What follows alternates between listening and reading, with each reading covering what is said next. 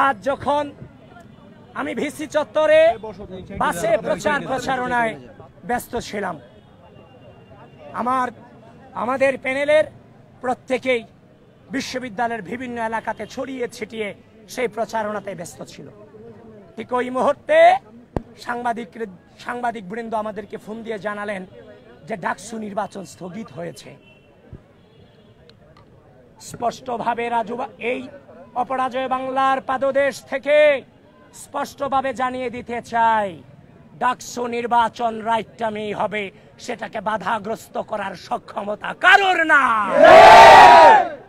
এবার আমি আলোচনায় আসে ঢাকা বিশ্ববিদ্যালয় প্রশাসন, ঢাকা বিশ্ববিদ্যালয় নির্বাচন কমিশন, আপনারা এমন একটা নির্বাচন আয়োজন করতে গিয়েছেন যেখানে আপনারা নির্বাচন বন্ধের ফাঁক ফোকর রেখেছেন।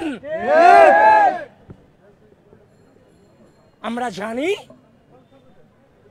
অপরাজয় ৭১, অদম্য ২৪-এর বাম জোট সমর্থিত নেত্রী, মুক্তিযুদ্ধ, স্বাধীনতা সংগ্রাম ও গণতান্ত্রিক আন্দোলন বিষয়ক সম্পাদক নেত্রী, শিবির সমর্থিত প্যানেলের সাধারণ সম্পাদক SM ফরহাদের প্রার্থিতা নিয়ে হাইকোর্টে প্রার্থিতা নিয়ে চ্যালেঞ্জ করেছে। তার চ্যালেঞ্জের গ্রাউন্ড ছিল এই নির্বাচন কমিশন। সাবেক ছাত্রলীগের যাদেরকে ছাত্রলীগের অভিযোগে অনেকেরই প্রার্থিতা তারা বাতিল করেছেন, তো বামজোট নেত্রী তিনি হাইকোর্টে রিট করেছেন। ঠিক একই ক্রাইটেরিয়াতে SM ফরহাদ, যে সোশ্যাল ওয়েলফেয়ার ইনস্টিটিউশনের ছাত্রলীগের জয়েন্ট সেক্রেটারি ছিল, সে ওই মুহূর্তেও পদত্যাগ করেনি, ৫ আগস্টের আগেও পদত্যাগ করেনি, ৫ আগস্টের পরেও পদত্যাগ করেনি। তাহলে একজন চিহ্নিত ছাত্রলীগ নেতাকে বাকিদেরকে বাদ দিয়ে তাকে কেন প্রার্থিতা বৈধতা দেওয়া হলো, সেটা নিয়ে বামজোট নেত্রী রিট দায়ের করেছেন। সে যে রিট দায়ের করেছেন তার গ্রাউন্ডে রেখে হাইকোর্ট নির্বাচনকে নাকি স্থগিত করেছেন।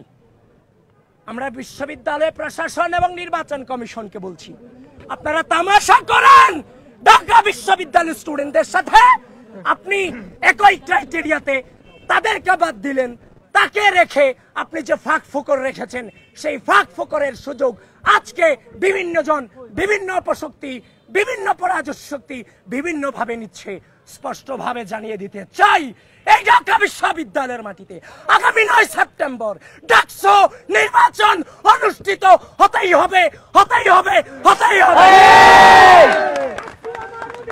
রুখে দিবে সাধ্যকার, ডাকসু আমার অধিকার, রুখে দিবে সাধ্যকার।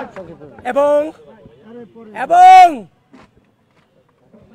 এই বিশ্ববিদ্যালয় প্রশাসন এই রিটের পক্ষে যে আইনজীবী নিযুক্ত করেছে সে হচ্ছে শিশির বণিক। বিশ্ববিদ্যালয় প্রশাসন স্পষ্ট ভাষায় বলছি, আজকে থাকার কথা ছিল কবরে, আছি এখানে। আমার রক্ত, আমাদের রক্ত, আমাদের কণ্ঠের উপর দাঁড়িয়ে তুমি সেই প্রশাসনে বসেছ। তোমাকে তো কোনো দলের প্রতিনিধিত্ব করার জন্য বসানো হয় না।